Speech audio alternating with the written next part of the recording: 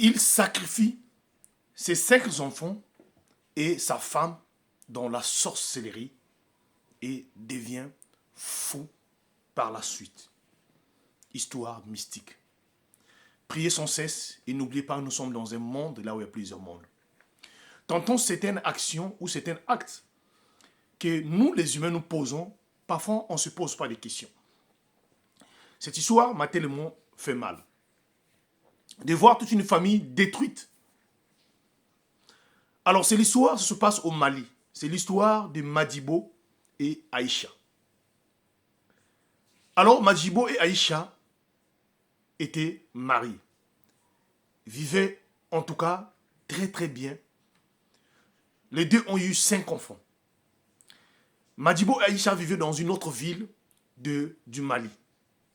Un jour, par rapport aux activités de Madibo, le couple décide donc de déménager dans une autre ville aussi, avec leurs 5 enfants. Et quand ils arrivent dans cette ville-là, le comportement de Madibo change subitement. Aïcha ne comprenait plus pourquoi Madibo avait maintenant un comportement mystique. Chaque soir, Madibo se levait à 1 heure, sortir apparemment, soi-disant d'aller prier. Avant, Madibo ne faisait pas cela.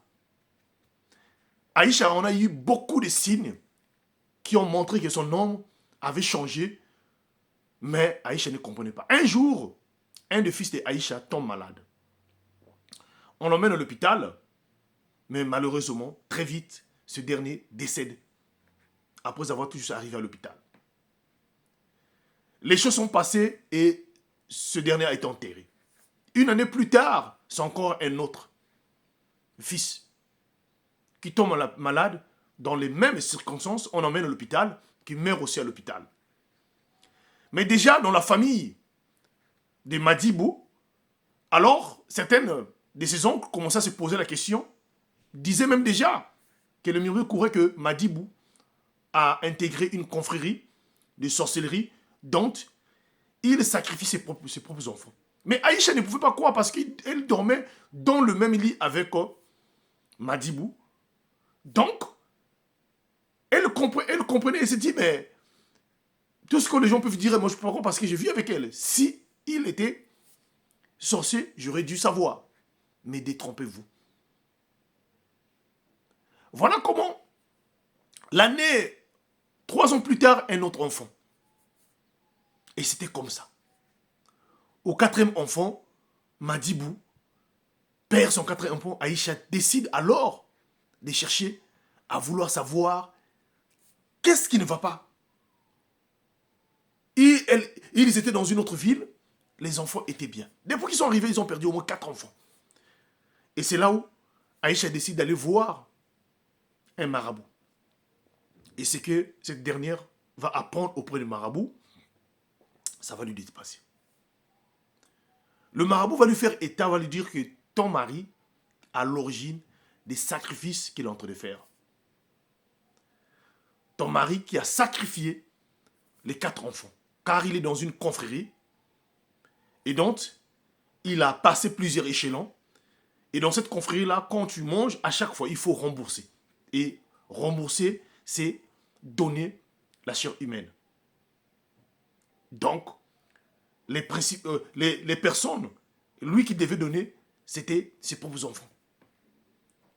Donc, va voir ton mari avant qu'il soit trop tard. Parce que là, je vois, même le 5e là, est déjà sacrifié.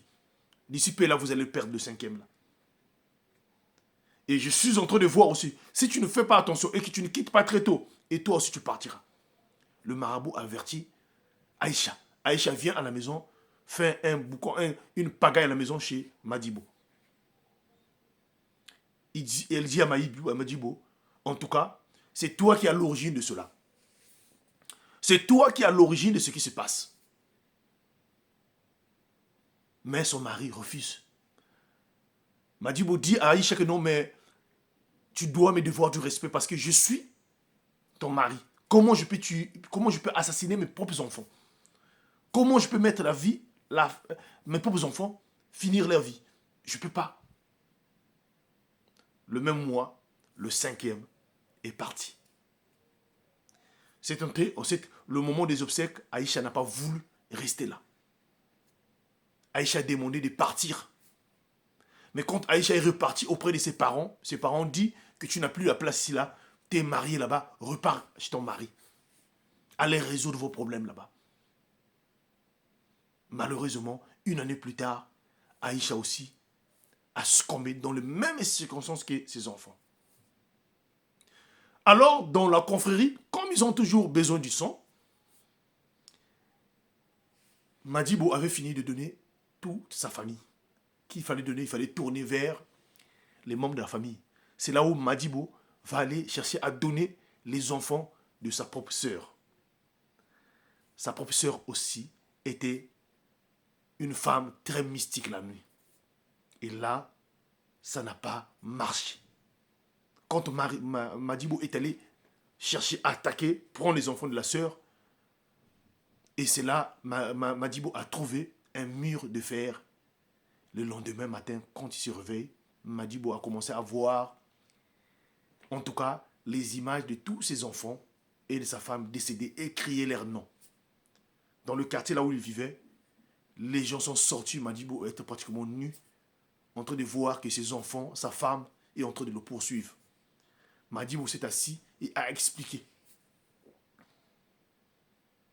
Voilà comment ce dernier est devenu fou. Et les parents sont venus le prendre pour l'emmener pour aller le soigner. Et sauf que ce dernier a été intégré, attaché avec des chaînes. Voilà comment les familles, à cause des erreurs, à cause des choses, des confréries, sacrifient leur famille. À quoi bon de gagner toutes ces choses-là? Si tu es dans la même condition, j'aimerais te dire une chose, que Dieu t'aime et Dieu t'appelle de te repentir avant qu'il soit trop tard. Dieu vous aime. Vous pouvez vous repentir avant qu'il soit trop tard. Quand vous décidez de mettre fin à la vie d'une personne, vous devez savoir une chose, que ces personnes-là, ce sont des créatures de Dieu. C'est Dieu les a créées. Alors, si tu le fais, sache qu'un jour, tu partiras de la même manière. On dit que qui tue par l'épée meurt par l'épée. Qui sème les vents récolte la tempête. Alors ne sois pas surpris que les choses puissent être très malheureuses actuellement pour toi. C'est parce que dans le passé, tu as fait des choses qui n'étaient pas si bien. Que Dieu te bénisse. Partage-moi cette histoire. Merci beaucoup.